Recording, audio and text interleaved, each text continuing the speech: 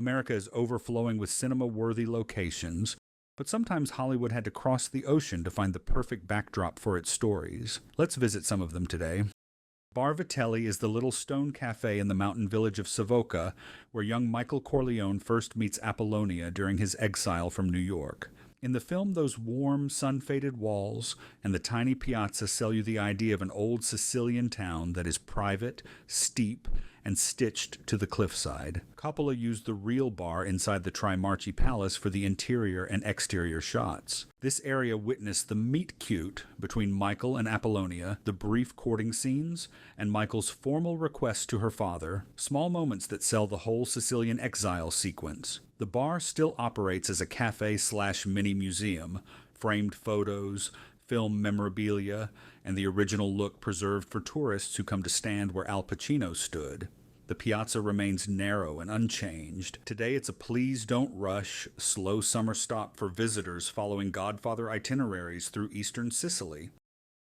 Despite the events of the film happening in Vietnam, Francis Ford Coppola brought parts of Apocalypse Now to the northeastern coast of Luzon, Philippines. Baler and Baler Bay supplied the backdrop for the Wagner-powered helicopter raid on a riverside village known by many as the Ride of the Valkyries assault, and the memorable beach surfing moments with Kilgore's squad. The production even used helicopters loaned by President Ferdinand Marcos, a fact that looms oddly large when you remember the film's scale and the Philippines' politics of the era. Today, Baler is a peaceful surf town visited by fans who walk the beach to see Charlie's Point. The memory of the movie survives in local lore and in modest plaques, see guides. The beaches are still wide and tropical, but rather than a war zone, they're now full of board rentals, small guest houses, and quiet cafes. A far cry from the chaos Coppola staged there in the 1970s. The film is also credited with sparking Baler's surfing culture, a surprising local legacy of an American war movie. In William Wyler's Roman Holiday, the Bocca della Verità plays a playful, memorable beat. Gregory Peck's reporter character pretends his hand will be bitten off by the stone mask to tease Audrey Hepburn's runaway princess. The little gag wasn't just cute. It gave millions of post-war Americans a tiny, living piece of Rome to remember. Peck's mock fear and Hepburn's charm turned the monument into a travel poster moment. That short scene helped make the Bocca della Verità one of the city's most photographed curiosities. Fast forward to today, and the marble face still sits under the church portico of Santa Maria in Cosmedin, surrounded by a steady, cheerful line of tourists slipping hands into the mouth for photos. The spot is protected and heavily visited. It's the same stone, the same legend, only more cameras and more souvenir stalls than in 1953. In Ben-Hur, the Valley of the Lepers scenes, where Judah Ben-Hur's mother and sister serve out their time afflicted by leprosy, were filmed at Latamies di Salone, an ancient tuff quarry just southeast of where Via di Salone meets Via delle Caseros, beside the river Agnene, east of Rome, near the A24 autostrada. This location witnessed some of the film's harshest scenes: the mother and sister's exile, desperation, suffering, wound onto stone walls, half shadows, dirt and rough texture. The quarry's cliffs, rocky outcrops, sharp reliefs help sell the isolation and desperation. It's non-glamorous, meant to hurt the heart. Latamies di Salone is still there now and still rugged. The quarry's rock faces remain, weathered, with vegetation creeping in places. It's less dramatic without the film's lighting and set dressing, of course. But the textures, the sheer cuts in tuff, the steep slopes, are still visible. It isn't a major tourist site the way, say, the Colosseum is. Many visitors don't know about it. The quarry is overgrown in places, with vines and shrubs reclaiming parts. Some paths may be unsafe or unmarked. The sense of desolation is softened by time, but the scars in the rock remain a powerful reminder of what was staged there. In Raiders of the Lost Ark, the Cairo Market Bazaar sequences were partially filmed in Kairouan, particularly around Place Jaraba in the Medina. This is the spot where Indiana Jones confronts the swordsman. The scene is quick but famous. Indy refuses a dramatic sword fight, instead pulls out his gun and ends the threat. It's a moment of tension mixed with surprise and a bit of wry humor. The bazaar's narrow streets, archways, and market stalls looked busy and exotic, as American movies of the time saw such places. The swordsman strides out, poised for a duel. Indy's refusal by pulling his gun breaks expectation. It sets a tone of danger, but also that Indy won't play by conventional rules. Since filming, Place Jaraba has undergone restoration and rehabilitation. Decades of neglect were reversed under the Jaraba Square Rehabilitation Project, which has rejuvenated the square. Shop facades restored, abandoned boutiques reopening, utility eyesores removed. The square is part of tourist circuits again.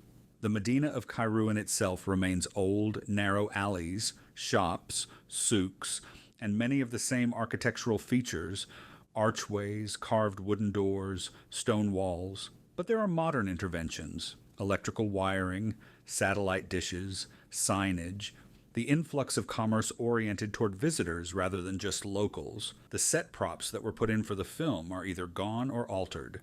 Trees have also grown in places that were open in the film, slightly altering sight lines. Some of the sea battle scenes and Cleopatra's arrival by barge were filmed off the coast of the Isle of Ischia in the Gulf of Naples, along with scenes involving Elizabeth Taylor and Richard Burton arriving at Porto d'Ischia and being on boats around the island for those big spectacle moments. These are some of the film's most grand, dramatic moments. Fleets, water, sweeping costumes, opulence, and the Battle of Actium. Nowadays, Ischia is very much still a tourist destination. The natural beauty of the island, its bays, its clear water, still attract visitors. The specific locales like Porto d'Ischia still exist. You can see the harbors, the coast, the beaches. The Aragonese castle, restored over the years, remains one of Ischia's main landmarks. It stands on a rocky islet connected by a stone bridge, preserved, restored, with cafes, walkways, terraces, museum exhibits, gardens, and events. We may not see the massive fleet of ships or the full-scale pre-CGI spectacle, but the settings retain much of their dramatic potential. It no longer feels like a film set so much as a living, breathing historical and scenic monument. One of the more evocative sequences in James Bond's From Russia with Love takes place in the Basilica Cistern beneath the old city of Istanbul. It's where Bond and Kerim Bey escape with the Lector decoding machine.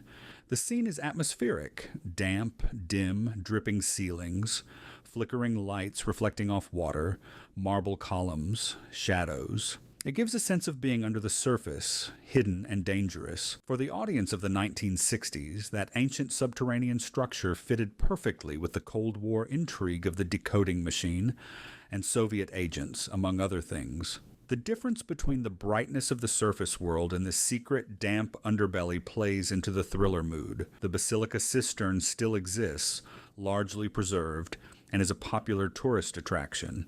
Visitors can walk on raised platforms above the water, under the same columns, see the same arches. Lighting has been modernized to make it more atmospheric and safer. There are information plaques and guided tours pointing out what was filmed where. The sense of damp antiquity remains, though the edges of decay are tidied up, safety features added, and visitor traffic means parts are well worn. The magic is still there, though a bit more polished.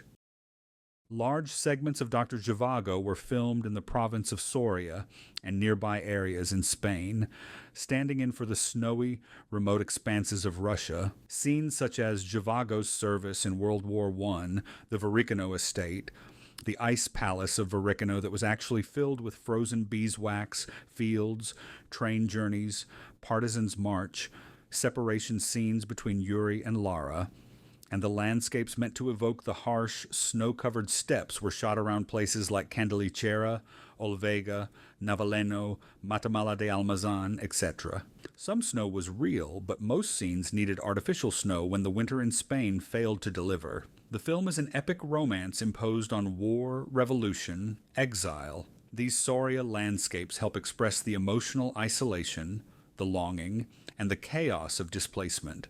Also, because actual Russia was inaccessible for many purposes then, filmmakers needed places that could look remote, cold, wild, yet controllable. Soria fit the bill. Today, many of the villages fields and forests in Soria still bear much the same look.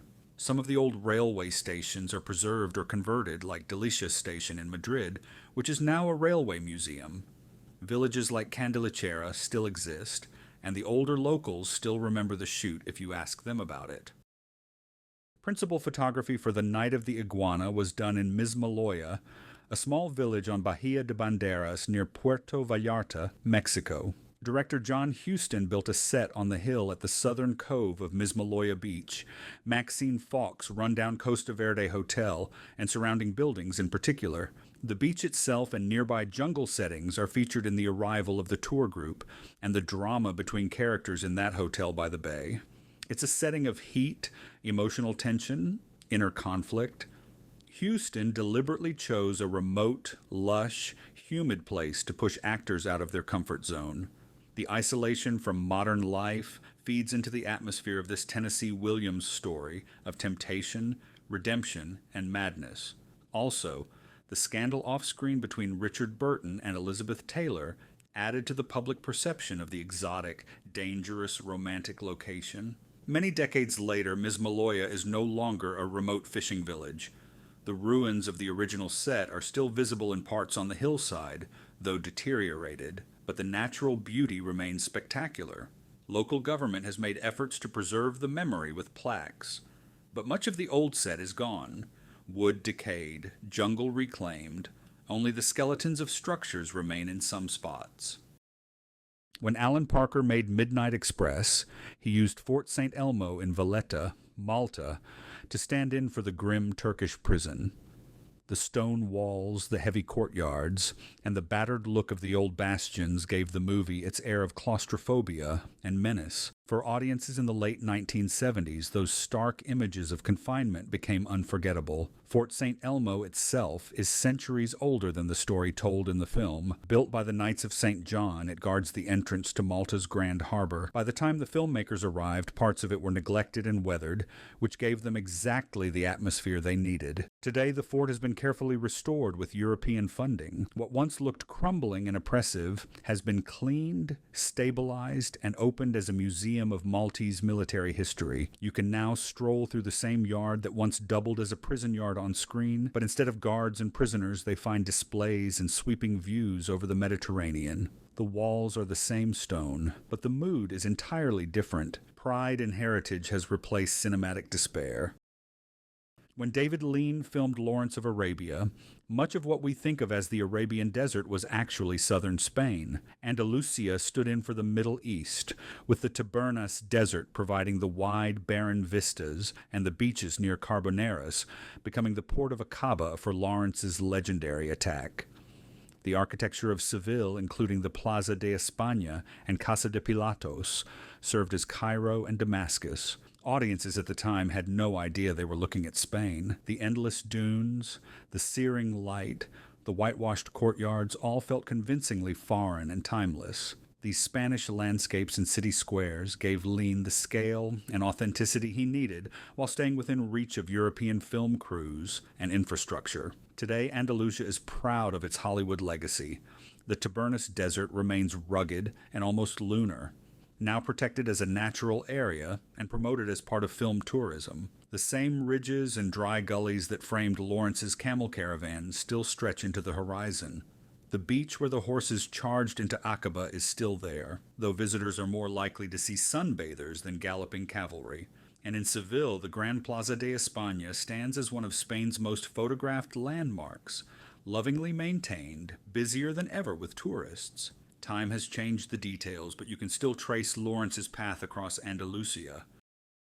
When Charade opens, Regina and a friend are enjoying a holiday in the snow at Megève, in the Haute-Savoie region of the French Alps. The film shows the Mont d'Arbois Resort Hotel, ski slopes, alpine terraces, crisp air, Cary Grant and Audrey Hepburn meeting for the first time in a classic ski resort lounge, replete with snow, pine trees, and chalet architecture. That setting gives the film a heady blend of glamour and isolation, holiday romance in a winter wonderland, while underneath there's suspense and uncertainty. You feel you're far from ordinary life.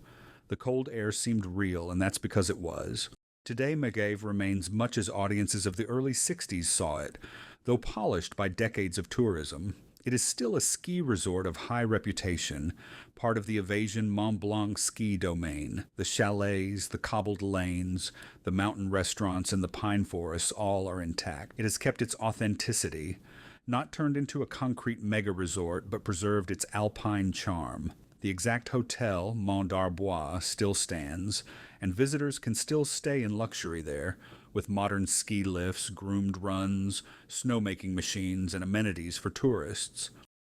For The African Queen, the filmmakers traveled deep into East Africa. At Port Butiaba on Lake Albert, they captured the boat sequences that gave audiences the feeling of being lost in an untamed wilderness. Humphrey Bogart and Katharine Hepburn are seen navigating waters framed by thick jungle, the very definition of adventure for post-war audiences. At the time, Port Butiaba was a busy landing site, a place where river steamers and lake vessels came and went. The film used its shoreline and waters to stand in for the heart of Africa.